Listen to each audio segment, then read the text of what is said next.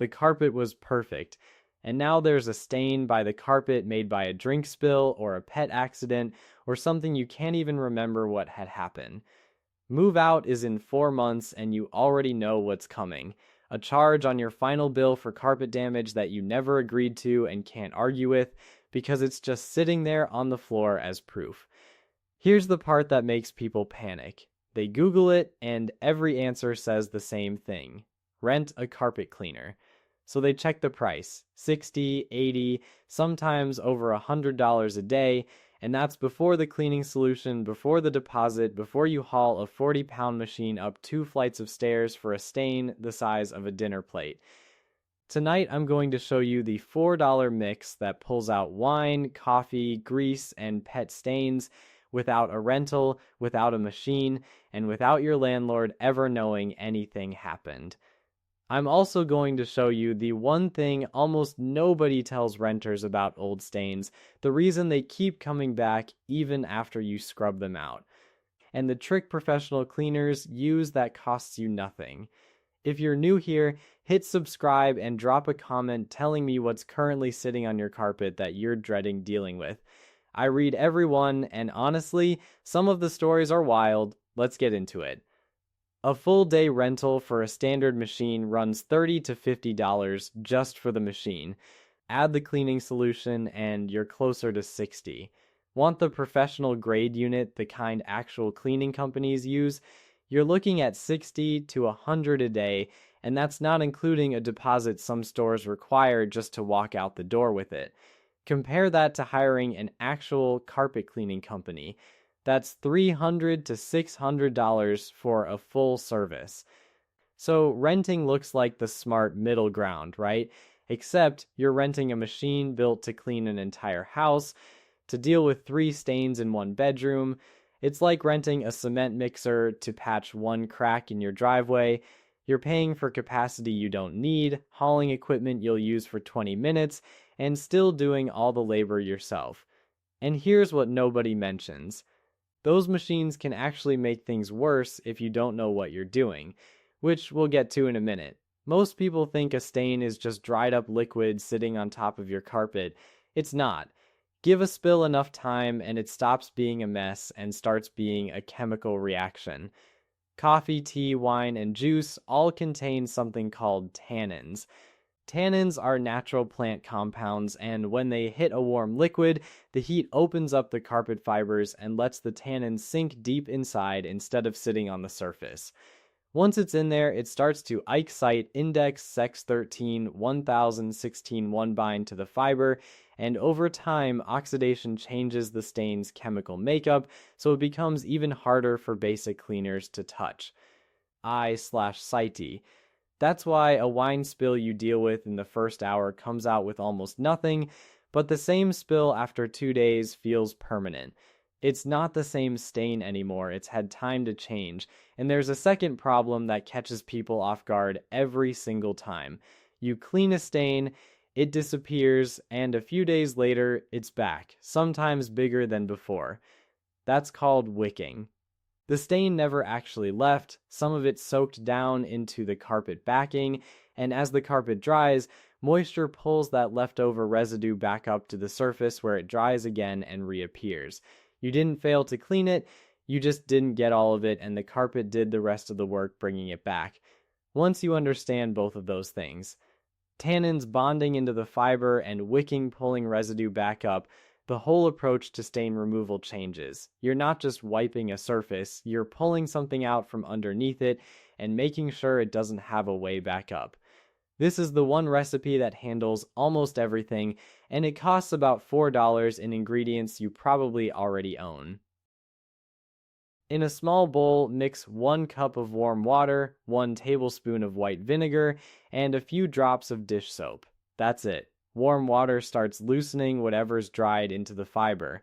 Vinegar is mildly acidic, and tannins respond to acid. It starts breaking that bond apart instead of letting it sit there. The dish soap lifts oils and grimes so they stop clinging to the fiber and float up where you can actually remove them. Blot, don't rub, a clean white cloth into the mix and press it onto the stain. Let it sit for about 5 minutes. Then blot again with a dry towel, working from the outside of the stain toward the center so you're not spreading it wider. Repeat 2 or 3 times and you'll watch the stain lift with every pass. That base mix handles the majority of everyday spills. But different stains need small adjustments, and this is where most videos stop and just tell you to scrub harder. We're not doing that. For wine or coffee that's already dried in, add 1 tablespoon of hydrogen peroxide to the base mix instead of extra vinegar. Peroxide is an oxidizer, and remember, oxidation is part of what made the stain stubborn in the first place. Peroxide uses that same process against the stain. It releases oxygen that breaks the tannins bond to the fiber from the inside. Test it on a hidden corner of carpet first. Peroxide can lighten some fiber colors. So give it 2 minutes on a spot nobody sees before you touch the visible stain. Here's a genuinely little known trick if you've ever spilled red wine and had nothing but a kitchen close by. Salt, pour table salt directly onto a fresh wine spill, and it will physically pull the liquid up out of the fibers before it has a chance to set. Then vacuum the salt away once it's dry and treat what's left with your base mix. It sounds too simple to work, but salt is genuinely absorbent enough to buy you time on a fresh spill. Grease doesn't respond to vinegar the same way because it's not a tannin problem, it's an oil problem, and oil needs something to break it down, not acid. Before you add any liquid, cover the grease spot with a thick layer of baking soda or cornstarch and leave it for 15 minutes. That powder pulls the oil up out of the fibers the same way flour soaks up oil on your kitchen counter. Vacuum it up, then hit whatever's left with your base mix and a little extra dish soap, since dish soap is built specifically to cut grease. Ink is one of the few stains where you actually want to reach for rubbing alcohol instead of vinegar. Dab, don't pour, a small amount onto a cloth and blot the stain from the outside in. Ink dissolves in alcohol far faster than it does in anything acidic, and you'll usually see it lift within a minute. Follow with your base mix to clean up any residue left behind. I want to be straight with you on this one instead of pretending a kitchen mix does everything. Pet urine, blood, and vomit are protein-based stains, and the only thing that actually breaks down protein completely is an enzyme cleaner, something that literally digests the organic matter instead of just masking it. Vinegar can neutralize some of the smell and lift the surface stain. But if you've got a set in pet accident that keeps coming back with a smell every time it gets humid, that's wicking again. And the honest fix is an enzyme cleaner, which runs about $5 to $8 a bottle. It's still a fraction of a rental machine, and it's the one spot on this list where I'm not going to tell you a homemade mix does the exact same job, because it doesn't. Landlords and property managers don't just eyeball a carpet and guess. Set in stains, the ones that have had time to oxidize and bond into the fiber, are the ones flagged during move-out inspections because they're visible even after a standard cleaning. A stain caught and treated within the first few hours has a dramatically higher removal rate than the same stain a few days later. That gap, hours versus days, is often the entire difference between getting your deposit back and losing a chunk of it. That's why speed matters more than power here. You don't need a machine that can deep clean an entire house.